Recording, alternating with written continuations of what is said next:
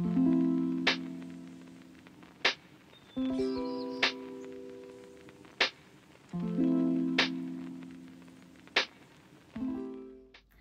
beautiful people, welcome to my channel. If you're new here, welcome, and if you are a returning subscriber, welcome back. It's great to have you in my little corner of YouTube where we speak all things adulting, faith and lifestyle.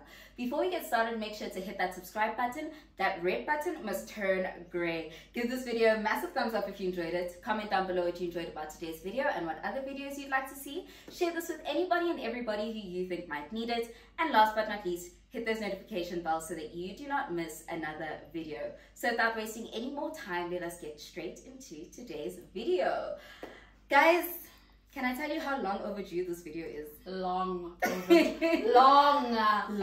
It's been too long. It's been too long. Way too long. Listen, she's been on my list since I started this YouTube channel in 2021. But God is good, we are here. We are here and we are finally doing this video. So as you can tell, I'm not alone. I'm with a fave that I'm quite sure you guys know, because a lot of you guys came here from her channel.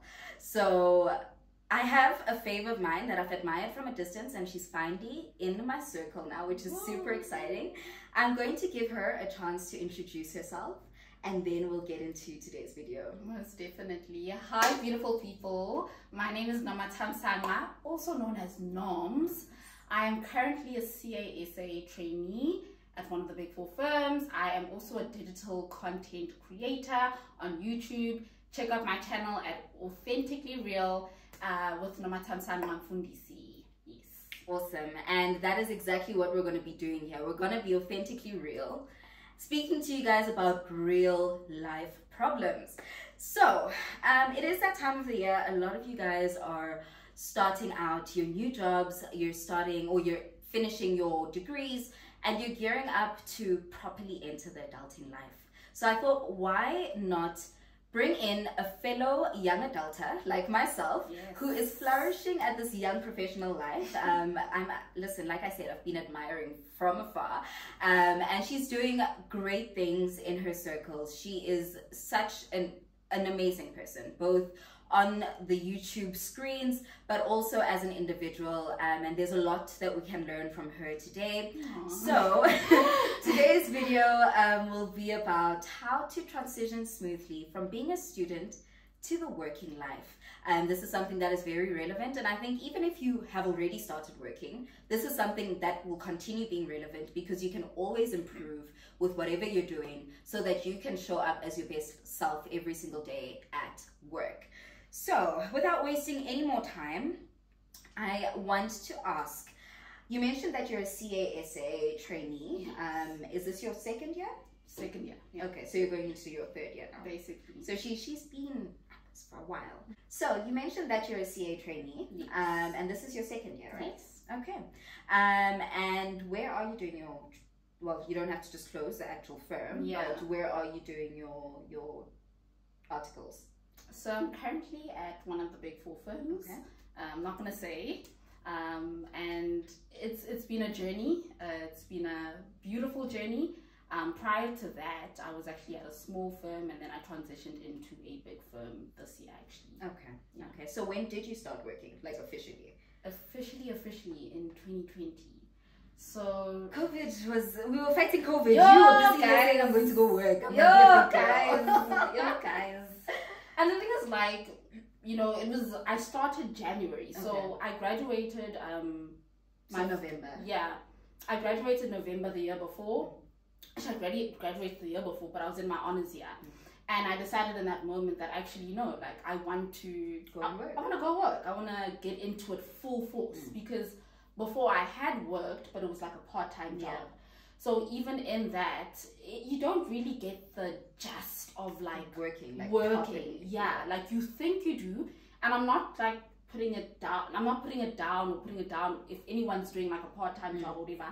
I'm just saying it's not, you're not immersed into the corporate world. You're very relaxed. You're very toe in, toe out. Yeah. If it works for you, it works. It doesn't. So I worked in the part-time job, and I got a bit of exposure into accounting, finance, bookkeeping, stuff like that. But like I said, I wouldn't say I fully started working then.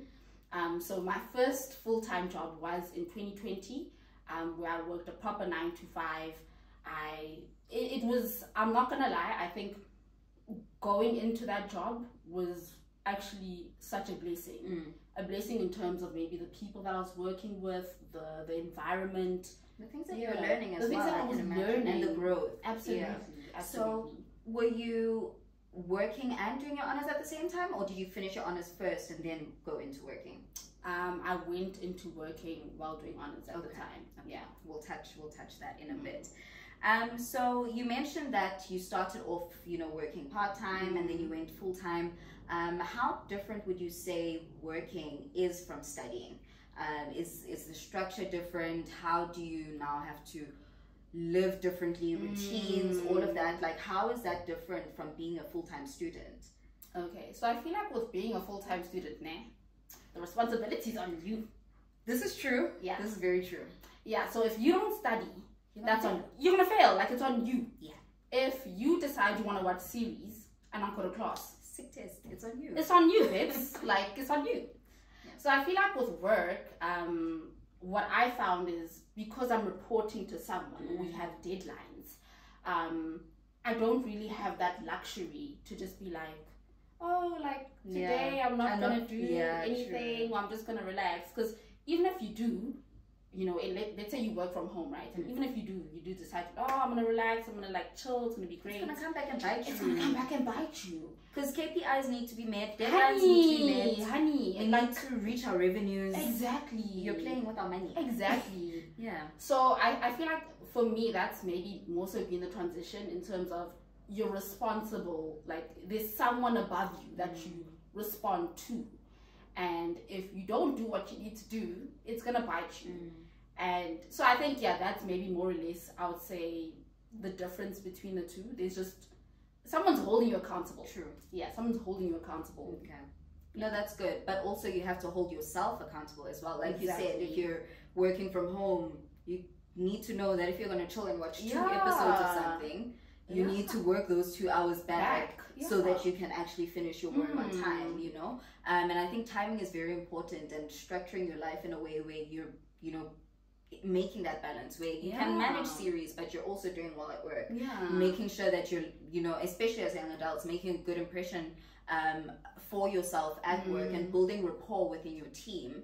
You don't have to do that at varsity, unless if you're like doing group assignments, but it's not even that. But it's not that deep, So building rapport in a workplace is so much more different and so important. Absolutely.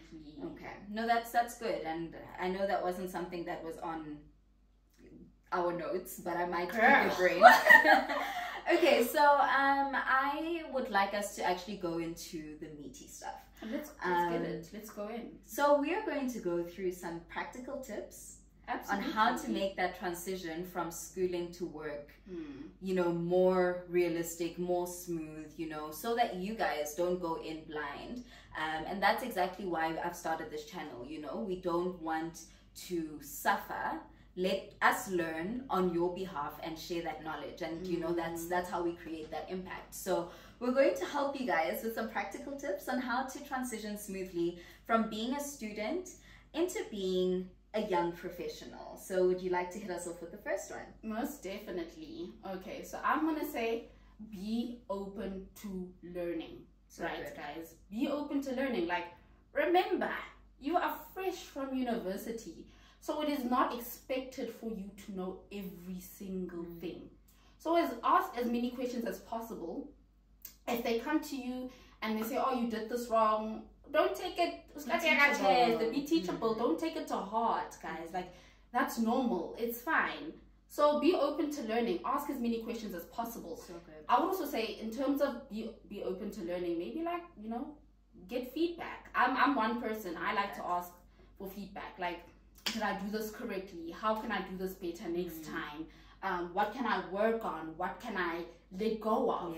Yeah, just be teachable. Be open to learning. Don't come too pompous. I'm from varsity. I cum laude. I know it. That cum laude will humble you real quick. It'll humble you real quick. Dude, they don't even know that. Listen. So be open to learning. Be teachable. Humble yourself. be open to criticism. I love that, and I think I've mentioned that quite a lot on this channel as well. Not just, you know, being teachable, but also getting feedback.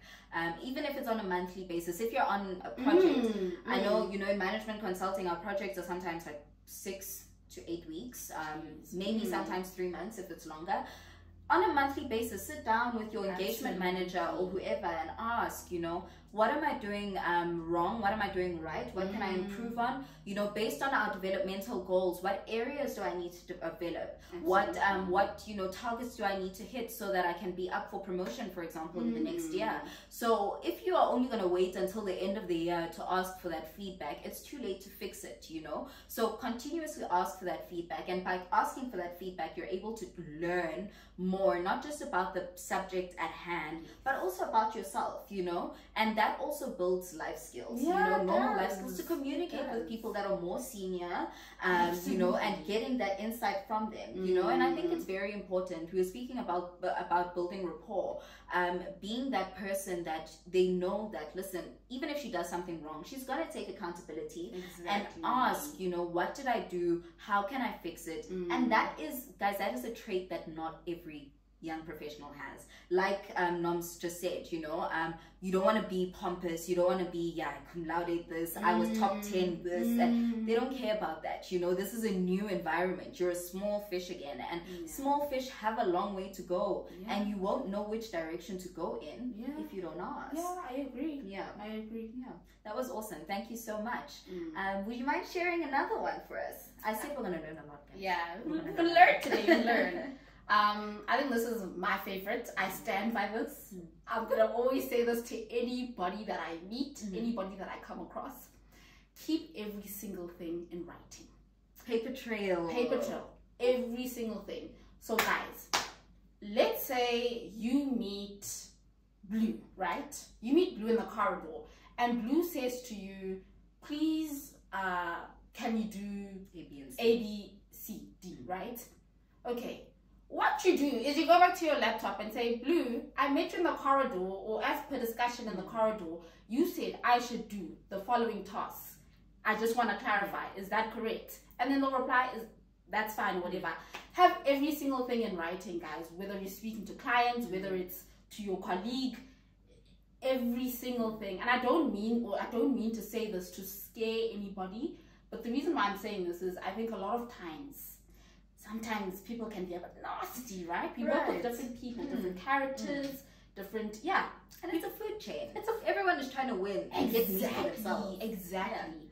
So, just to cover your bum, just have every single thing in writing. Keep it in writing. Okay, no, that's good. That's good. I think it is a dog-eat-dog world. It is. And this isn't like varsity where we all want to pass. Guys, we're helping each other with test questions and because we all want to pass. This isn't like that, you know.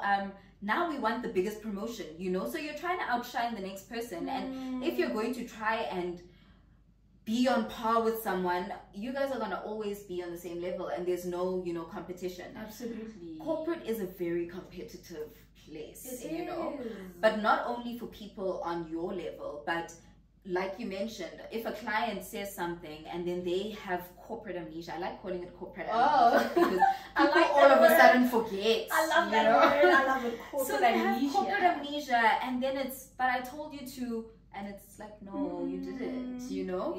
So having that, you know, cover, you know, that hedge, you know, is very important, because you don't want to find yourself now on the wrong side of things, you know, and looking back. Like we said, this is all about reputation. I think one thing you'll come to learn about corporate is it's not about how good you do the job, it's how your reputation is, you know, how do people perceive you.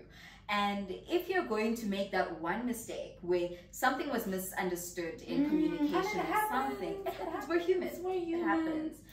But in order for you to protect yourself from that, you need to just make sure that you have a paper trail. If you're having a telephonic conversation with someone, or it's a Teams call or something, you know, thank you for the chat earlier. As per the discussion, A, B, and C, you know, please let me know if I left anything out, and I'll be happy to address it as well. So it's very important. And I think another thing to add on to the paper trail, if it is a virtual call, always ask for permission to record the call. Yeah, as long as you're asking for permission. Don't just take out your phone and no. As long as you ask for permission. Ask for permission to record the call, and that is also some sort of evidence as well, to cover your bum. And keep that in a folder, meeting recordings. And then, if, something bad happens, you're able to go and dig up that recording and say, hey, listen, we didn't discuss this on email, but here's the recording. At 10 minutes and 38 seconds, you said A, B, and C, and that's the direction I took. So it's very important to have that trail. Guys, it's a dog-eat-dog world. It's and I'd say this not to scare anyone, so I don't want anyone to feel scared. At all. It's just to cover your bum. Not in a... might not even happen to you in your years of corporate, but I'm just saying, cover your bum. Just cover your bum. Yeah. Yeah. Let's not belabor that point. I think we brought it across. Yeah. So do you mind sharing something else? I think those two were very important, but I think we can continuously learn. I think every day is a school day in corporate. So absolutely, we've been at this for what, 2-3 years now. Yeah, so let's keep sharing the knowledge. So do you mind taking us through another point on how to best transition from being a student to working? Absolutely. I'd say, let's say you're going to a specific company and you know people at that specific company, or even if you don't, go onto LinkedIn, look for people at that company and just ask them more or less, okay, what is the culture like? What to expect at that specific company, right? Also, please take note that people have different perspectives and different experiences. Right. So you and I, Rorisang and I, could be in one company, but we could have completely different experiences because maybe she's working with a team that's a bit nice and I'm working with a team that's not as nice, right? True. So just take that into consideration. But go onto LinkedIn and ask people, oh, what can I expect in this company? What is a day-to-day work life at that specific company in that specific role? Yeah, so I'd say just prepare yourself. I know I'm a person, I tend to want to control. Right. So I want to know. Over-prepare. Yeah, I over-prepare. I want to know before going into a place what it's going to look like, or what's going to happen, or what to expect. So just to maybe, if you're a bit nervous and you just want to know, it's okay to do that. That's very important, and that's something that I actually didn't do. So thank you for sharing that. I just went in and said, Lord, you've gone before me, let's go. And I mean, it worked, but it won't always work, So it's very important, actually. And I think I've learned that, in my later stages, if you're going to a work event or something, a networking conference or whatever, go and actually do a bit of stalking. I know it sounds weird, but do a bit of stalking on LinkedIn about these people. Google them, find out what they're about. And it also helps, when it comes to interacting with the people. Yes, you get a gist of the culture and all of that when you're preparing for your new job or going into your first job. But I think also knowing the backgrounds of these people, you're able to start conversations more easily. Absolutely. And that helps you with your networking and starting to build your corporate circle, you know. So you're able to say, hey, I saw on LinkedIn that you are doing your CA traineeship. How did that go? Do you have any tips to give to a new joiner? Things like that are very important, and like Noms mentioned, experiences are different, and for example, we're both at big 4 firms. I'm in management consulting. She's in, the auditing side of things. So things are very different, So I think making that circle as wide as possible is very important. And also on LinkedIn, if you can, it shows you who studied at, your institution. Yes. Leverage that, if you studied at UJ, listen, go and ask that person, hey, I know we weren't in the same classes, but I know your face from a res thing, do you mind having a coffee chat with me, and most of the time people are not afraid to help. Not. People are actually very nice, hey? People are very nice and willing to help. You'd be surprised. Yeah, and you'd always think that, no, it's going to make you look, weird or whatever, but people are actually very willing to help, and we always just think that they're not because we don't ask. And if you don't ask, the answer will always be no. Exactly. So open up, get out of your comfort zone. I'm an introvert. Get out of your comfort zone and ask. It's easier said than done, but do ask, and it will help you in the long run regarding, not just preparing for, work, what you should wear, what you should expect, but also when you're inside to say, this is how I should navigate certain conversations. Maybe that person can be your buddy if they've been working longer than you, or a mentor or something, you know. So keep that in mind. That is also the foundation for your networking as well. Absolutely. Absolutely. I love that one. Thanks for sharing that. It's a pleasure. I think we have two more. Now you have two more. Let's keep it going. Keep it going. So on to the next one, and this is another practical tip on how to transition smoothly from being a graduate or a student into working. Over to you, Noms. I would say, okay, this maybe also goes along with point one, right? But I would say allow yourself to make mistakes. Don't be too hard on yourself. Allow yourself to make mistakes. Like, it's fine, guys. It's really, really normal to make mistakes. I, for one, I've made mistakes, and sometimes I also I used to have this thing where I'd be so hard on myself, right? And I'd be like, oh my gosh, like, make sure you're not doing this incorrectly. And it's like, oh, but they know you're like new, right? They know you're new. They know you're new, and they know you're fresh. You're a fresh graduate. You're just fresh from university. So don't be too hard on yourself. Allow yourself to make mistakes, and along with point one, be teachable. So feedback, as I spoke earlier on, get feedback. Ask them what have I done wrong? What can I improve on? But don't be too hard on yourself. This is one that I'm still working on, actually, because I am a perfectionist and I love putting my, best foot forward. And coming from being like an A student and knowing everything all your life to getting into this working world, and it's like, I need to Google every 5 minutes.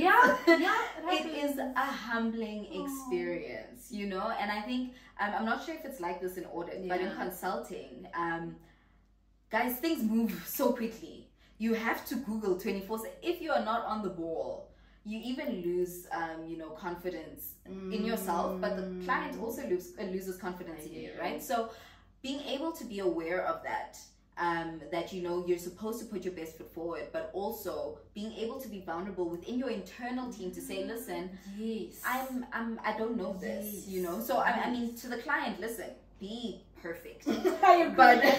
but internally, they don't expect, they know that you know your theory, but they know that you haven't practiced it, so don't beat yourself up. And that's coming from someone who loves being perfect. Your hair is tied correctly, you've dotted all your I's, crossed all your T's. And that one is one that I continue to work on every single day. You and I both. And I think this goes beyond just working.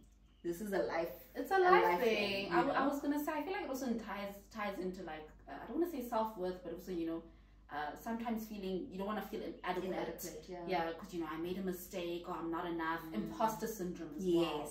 It ties into that a lot. So this is something I'm also working on. I'm continuously working on it, because I can see that it's rough. It's rough. No, that's good, and I'm glad. Thank you for sharing that comfort, because I always thought that I was the only one. So thank you. We're all in this together, as I cue High School Music. High School Musical. I mean, listen.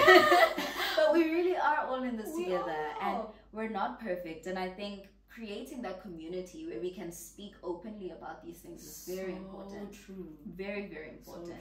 So yeah, guys, perfection is not a destination. Perfection is, you're not authentically real if you're perfect. Exactly. There we go. I love that. And if you don't know why I keep hinting authentically real, go to her channel. Go to my channel. Go to Nom's channel. But I love that. Thank you. Okay, so let's go into the last practical tip about how to transition smoothly into working.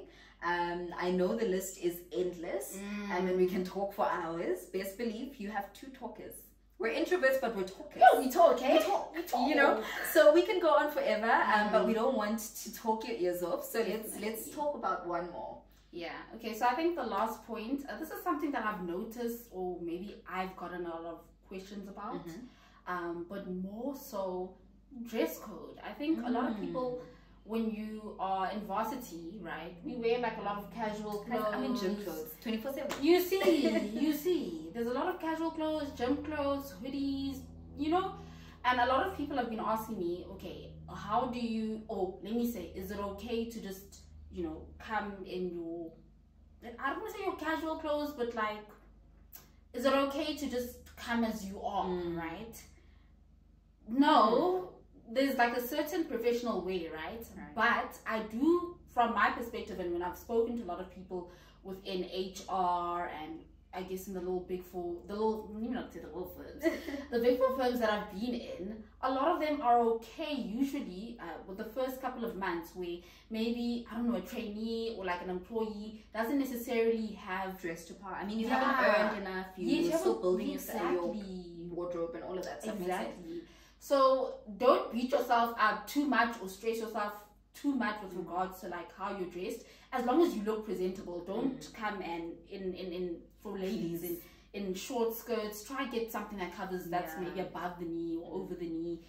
That's just appropriate for maybe like the first 2 months or whatever, and then you can like slowly build it up. But don't be too hard on yourself in terms of, oh, I don't know what to wear, because I've gotten a lot of questions about that, like what to wear, can I wear this? Don't come in tracksuit pants or whatever, but Crocs, guys, can we leave Crocs out of, guys, we see Crocs at work. You know I'm laughing because I'm wearing Crocs. No, guys, the Crocs at the office. I agree, Crocs at the office. Guys, I was the other day, I said, no way. I said, guys.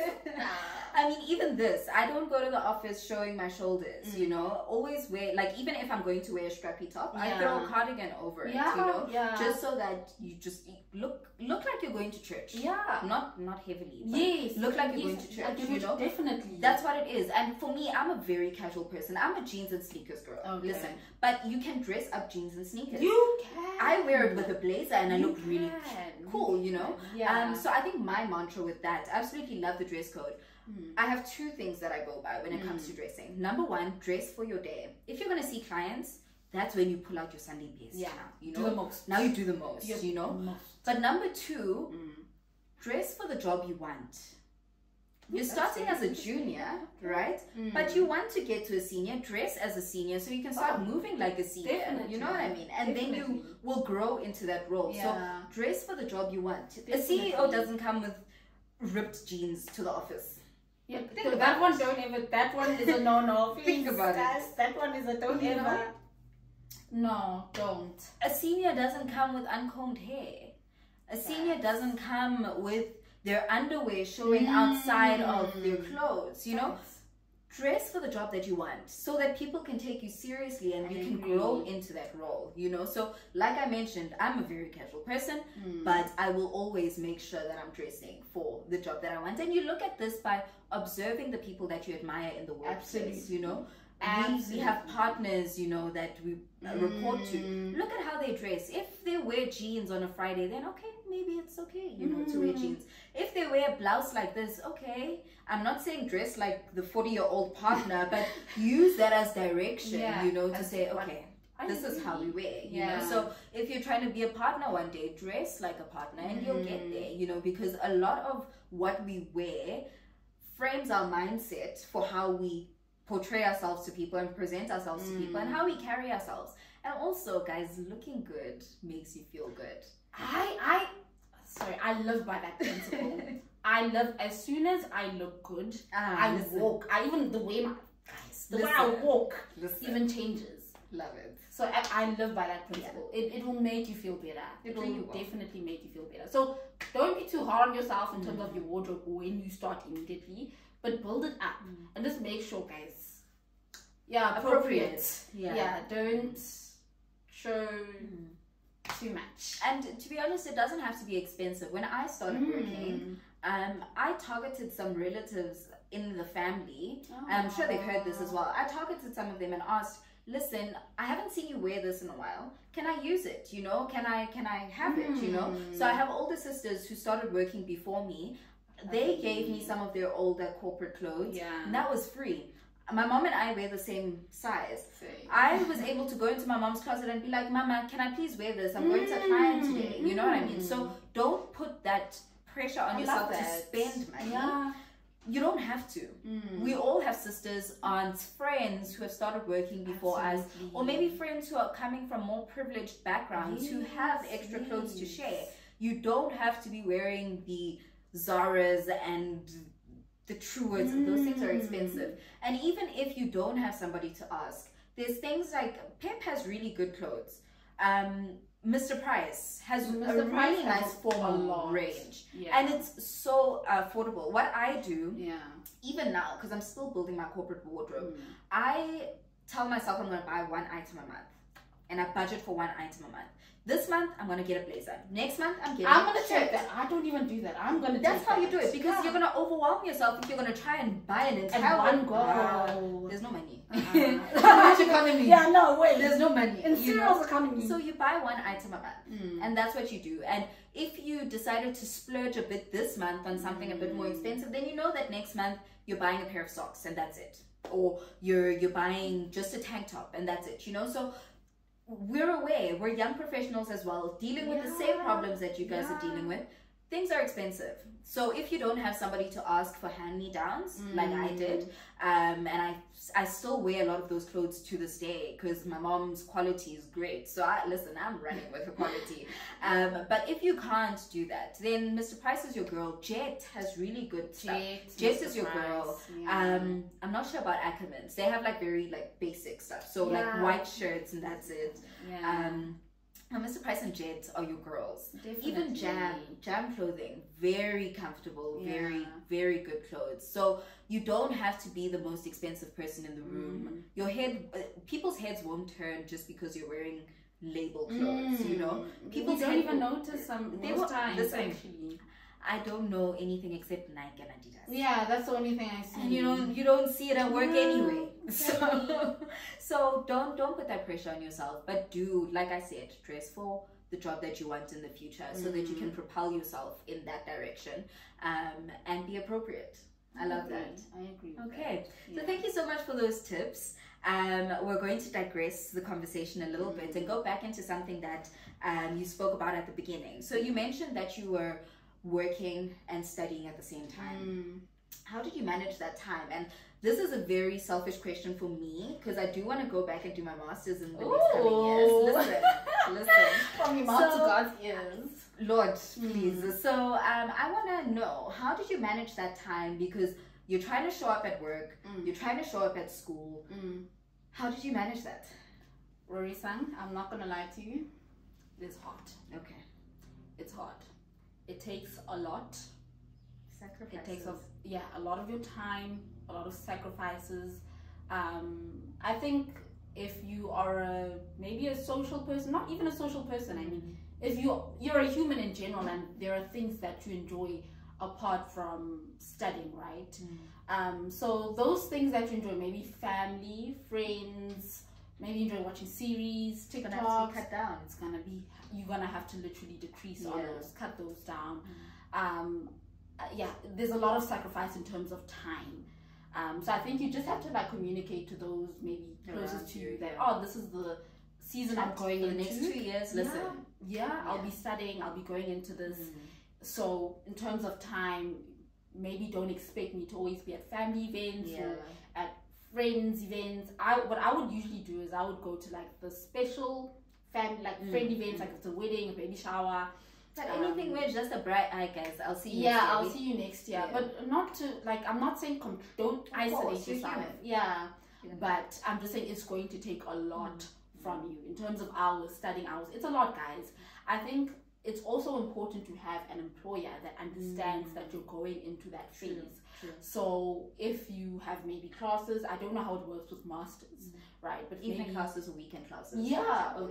So then your employer needs to understand that, I cannot work overtime on weekends. Saturdays are out.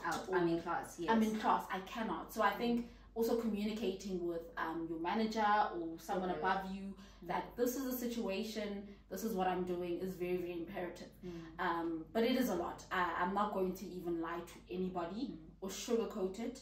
It's a lot, but it's doable. Okay. Yeah, it's a lot, but it's doable. Okay, no, that's good. And I think it's very important, because things like sick leave and all of that are very important. Not sick leave, study leave. Those things you need to communicate. And I think the one thing that is important, that especially your managers would like to know, is after you're done with this qualification, what value are you bringing to the team? Absolutely. You know, so make sure that it is something that you can actually measure, that success metric can be measured properly, so that you're able to say, listen, I'm almost done, give me this day off, I need to study, because when I come back, I'm gonna know A, B, and C, so we can grow, you know. So I think that's very important. I think it makes me nervous, but I do know it's doable. I've seen people do it.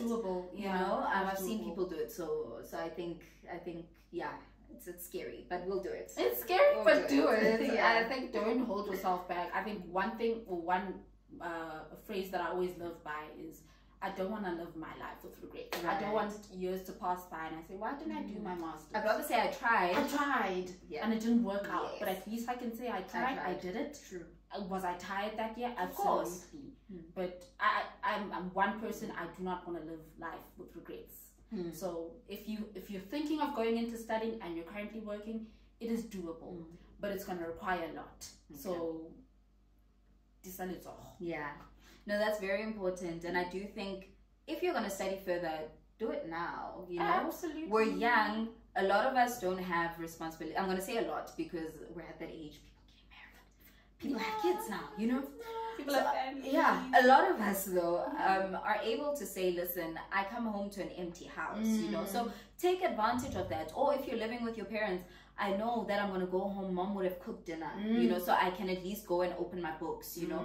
So take advantage of the seasons where you don't have as many responsibilities, you know. And I'm not saying if you have a husband or a child that it is not doable. It's just going to be a bit harder because you're more stretched, you know, as opposed to someone who doesn't have those responsibilities. So take advantage of it, you know. Take advantage of the season where you can come home, have a peanut butter sandwich and get to work.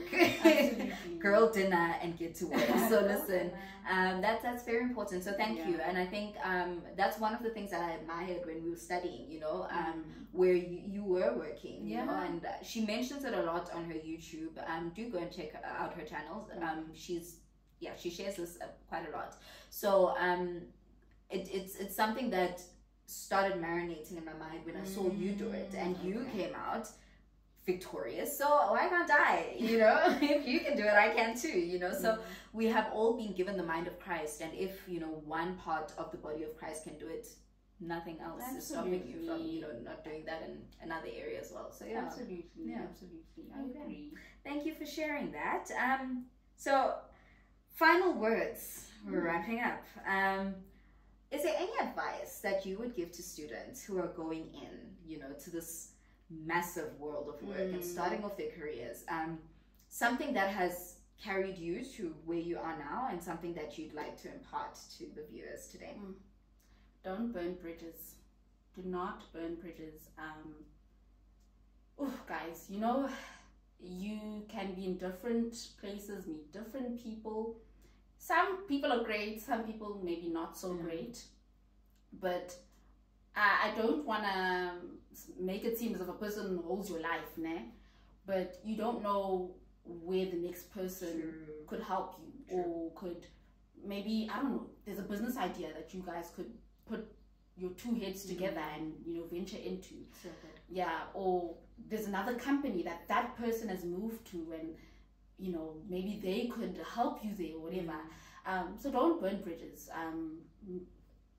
Network with people, meet new people, get their numbers, talk to people, liaise with people. Do not burn bridges. And if it happens that it so does happen that you guys or a bridge has been burnt, it is what it is. It happens. It's okay. But try by all means. Try by all means. Don't burn bridges.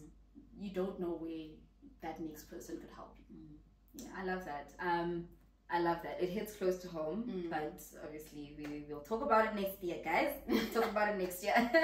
But it hits close to home. So thank you. I think it ties into a lot of the things that we've been saying throughout this video about your reputation, building that rapport. And I think also leverage LinkedIn when it comes to networking. Leverage that LinkedIn. Don't leave a company without connecting with someone, you know, don't. because then they can see Rory liked A, B, and C. Oh, okay, she's interested in 1, 2, 3. If they ever come across something that has to do with that particular thing, they're able to think of you, you know. So bridges are extremely important, and I think this goes for not just upwards with your seniors, but also peers as well. If I come across something audit related, or I see a post or something, you just finished your articles, and I'm like, hey, Noms, listen, they're hiring, you know, things like that are very important, you know. Because, and you know, even with what you're saying, Rorisang, you know, with peers, right? Yeah. You realize we are gonna be exactly. We're going to be those people one day. One day. So we're also, you know, as important. Exactly. Exactly. Yeah, don't put them. Don't natter them. This is very important, guys. We are all worthy. We are all powerful. Exactly. You know. So yeah. So that's great. And thank you so much for coming in. I thoroughly enjoyed this conversation. Thank you so much for having me. No, I had so much fun. I don't want to stop talking. I had so much fun. So thank you. And like I mentioned, guys, go to her channel. I will link it in the description box below, and also follow her on her social media platforms on Instagram, and I think you're active on Twitter as well, I think. Yeah, I'm active on Twitter, active on Twitter and TikTok. So LinkedIn. Yes, she's very active on LinkedIn, guys. Yeah, so do check her out. There's a lot to learn even beyond this video. Even just things like how she carries herself. Just looking at her profile it's quite inspiring. I think last week you were at the Psycha top whatever, and I was just like, those are really important rooms to find yourself in, you know. So watch out for her content. It's quite inspiring and quite helpful. A lot of our content is quite similar, so if you like my channel, go over, like, subscribe, and then go over and like, subscribe, and that side as well. So with that, we've reached the end of today's video. Don't forget to comment, like, subscribe, and share this with anybody and everybody who you think might need it, which is basically everyone. And with that, with so much love and so much light from me to you, have an amazing rest of the day. Stay safe and God bless. Bye. Guys.